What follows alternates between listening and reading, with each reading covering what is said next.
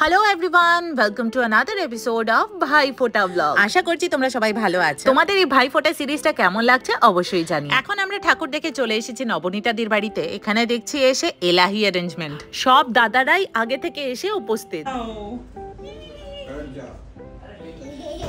তাই কোনো সময় ব্যয় না করে আমরা বসে পড়েছিলাম ভাইফোঁটা দিতে। নবনীতা দি সবচেয়ে আগে বসে পড়েছিল ভাইফোঁটা দিতে, এরপর ছিল আমার পালা, সব শেষে সুমি দিয়ে দেয়। এই সময় দৃশাকে খাওয়ানো শুরু করে দিয়েছিলাম আমরা।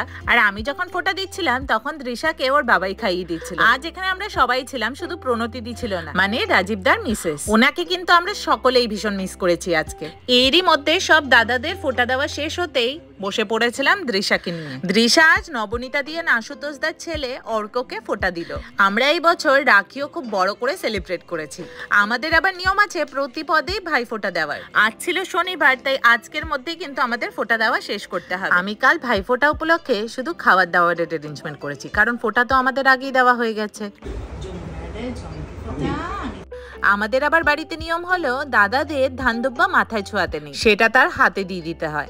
দৃশার আর তর্স হয়েছে না, ও মানে অপেক্ষা করছিল যে কখন এগুলো শেষ হবে। আর শেষ হতেই সাথ সাথ মিষ্টিটা মুখে ঢুকিয়ে দিল। এরপর আবার বসে পড়েছিলাম দৃশাকে খাওয়াতে, কিন্তু ও কিছুতেই বসতে চাইছিল না দেখে ওকে একটা খাতা আর পেন দিয়ে অকুপাই করা হয়েছিল। দৃশাকে রাতে আমরা মোস্টলি ডালিয়াই দিই। আমরা আজ স্ন্যাক্স অর্ডার করেছিলাম পিঙ্ক ফ্লেমিঙ্গো থেকে, আর তার সাথে ছিল এই ছোলার স্যালাডটা, যেটা নবনীতা দি বাড়িতে বানিয়েছিল। এই তন্দুরি চিকেনটা কিন্তু বেশ দারুণ ছিল খেতে। এর মধ্যে আমাদের ডিনারও চলে এসেছিল, মাটন আর ফ্রাইড রাইস। সেদিন সন্ধ্যাটা কিন্তু বেশ ভালোই কেটেছে আমাদের। ডিনার শেষ হতে আমরা আর বেশি দেরি করিনি, তারপর বাড়ি ফিরে এসেছি। পরদিন সকালটা এত ব্যস্ত ছিল যে আমি মোবাইল তুলে ব্লগ করতে ভুলেই গেছিলাম। সেদিন আমার এক মাসিও দেরি করে এসেছে। আমাদের আজ প্রায় 30 জন ইনভাইটিস। সত্যি বলতে আমি কিন্তু দিশে পাচ্ছিলাম, আর আমার এই মাসিটাও নতুন, তাই হাতে ধরে সবকিছুই শিখিয়ে দিতে হচ্ছে। আমরা কাজ শুরুই করেছি প্রায় 9টায়। চলো তোমাদের আজকের মেনুটা ছিল মিক্সড ভেজ, ডাল, চপ, এটাতে ছিল চাটনি, এই প্লেটটায় কিছু স্যালাড কাটা হয়েছিল, আর এখানে ছিল ফিশ চিলি, আর এই কুকারে ছিল মাংস। আজ মাটন করা হয়েছে।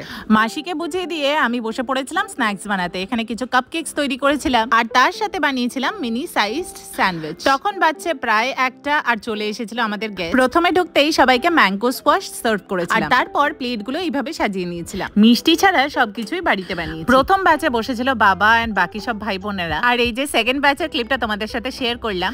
আর লাস্ট ব্যাচে আমরা সব মেয়েরা বসে পড়েছিলাম।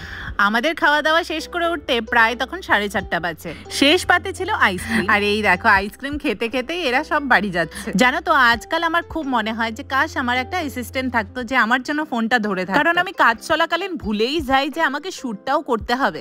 আজ এতবার ওঠানামা করেছি যে আমি ভীষণ টায়ার্ড হয়ে পড়েছি।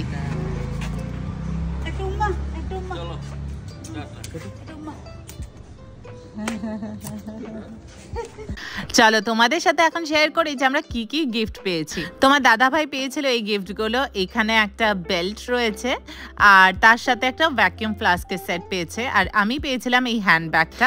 এরপরেই চলে এসেছিল দিদি ভাইরা। ভাস্করদা সকালে আসতে পারেনি দেখে ভাস্করদার খাবারটা আমি প্যাক করে দিয়েছিলাম। দিশার আবার আমার এই কাপকেকগুলো বেশ পছন্দ হয়েছে, তাই ওর জন্য এগুলো প্যাক করে দিয়ে দিয়েছিলাম বাড়িতে। আর ওদেরকে এই সময় 2টো জার কেক দিয়েছিলাম খেতে।